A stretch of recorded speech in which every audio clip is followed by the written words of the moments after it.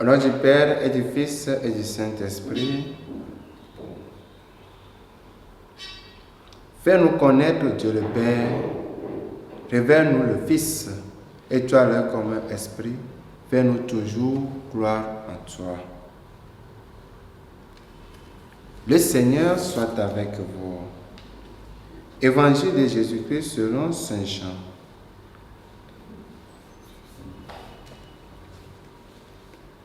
C'était après la mort de Jésus, le soir venu, en ce premier jour de la semaine, alors que les portes du lieu où se trouvaient les disciples étaient verrouillées, par crainte des Juifs, Jésus vint et il était là au milieu d'eux.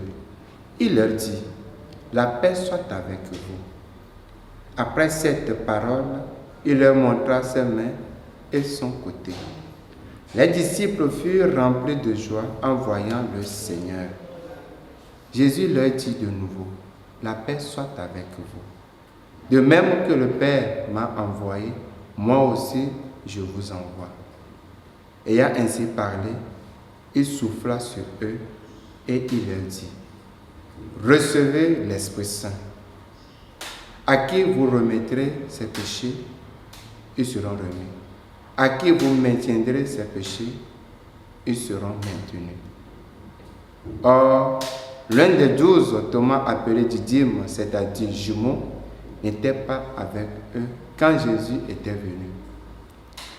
Les autres disciples lui disaient, « Nous avons vu le Seigneur. » Mais il leur déclara, « Si je ne vois pas dans ses mains la marque des clous, si je ne mets pas mon doigt dans la marque des clous, si je ne mets pas la main dans son côté, non, je ne croirai pas. » 8 jours plus tard, les disciples se trouvaient de nouveau dans la maison et Thomas était avec eux. Jésus vient alors que les portes étaient verrouillées et il était là au milieu d'eux.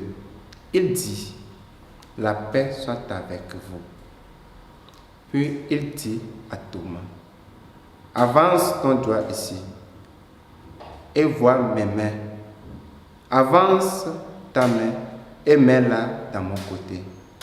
Cesse d'être incrédule, sois croyant. » Alors Thomas lui dit, « Mon Seigneur et mon Dieu. » Jésus lui dit, « Parce que tu m'as vu, tu crois. Heureux ceux qui croient sans avoir vu. » Et il y avait encore beaucoup d'autres signes que Jésus a fait en présence des disciples et qui ne sont pas écrits dans ce livre. Mais ceux-là ont été écrits pour que vous croyiez que Jésus est le Christ, le Fils de Dieu, et pour qu'en croyant, vous ayez la vie en son nom. Acclamons la parole de Dieu. Aujourd'hui, le deuxième dimanche de Pâques, nous achevons l'octave de ce temps liturgique. L'une de 2 octaves avec celle de Noël, qui demeure après le renouvellement de la liturgie opéré par le Concile Vatican II. Pendant 8 jours, nous avons contemplé le même mystère, tâchant de l'approfondir sous la lumière de l'Esprit Saint. Par la décision du pape Jean-Paul II, ce dimanche s'appelle dimanche de la divine miséricorde. Comme le Saint-Père l'explique, la miséricorde divine est la manifestation de l'amour de Dieu dans une histoire blessée par le péché. À l'origine du mot miséricorde, l'on trouve les mots misère et cœur. Dieu met notre condition misérable due au péché dans son cœur de Père, qui reste fidèle à ses desseins. Jésus-Christ, mort et ressuscité, est la suprême manifestation et l'action de la miséricorde divine. car Dieu a tant aimé le monde qu'il a donné son Fils unique. Jean 3, verset 16. Il l'a envoyé à la mort pour nous sauver. Pour racheter l'esclave, Dieu livre le Fils. Nous avons proclamé dans le chant de la victoire de la veillée pascale.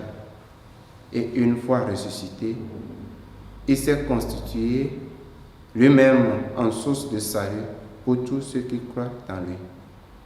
Par la foi et la conversion, nous accueillons le trésor de la miséricorde divine. Notre Sainte Mère, l'Église, qui veut que ses fils vivent de la vie du ressuscité, commande que, du moins, à Pâques, l'on communie et qu'on le fasse dans la grâce de Dieu. Les 50 jours de Pâques sont la période opportune pour accomplir ce précepte. C'est un bon moment pour se confesser et accueillir le pouvoir de pardonner les péchés que le Seigneur ressuscité a octroyés à son Église, puisque ce n'est qu'aux apôtres qu'il a dit « Recevez l'Esprit Saint.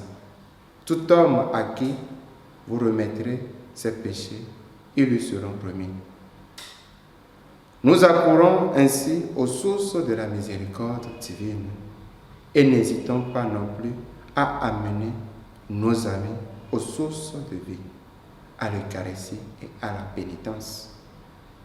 Le Jésus ressuscité compte sur nous. Loué soit Jésus-Christ.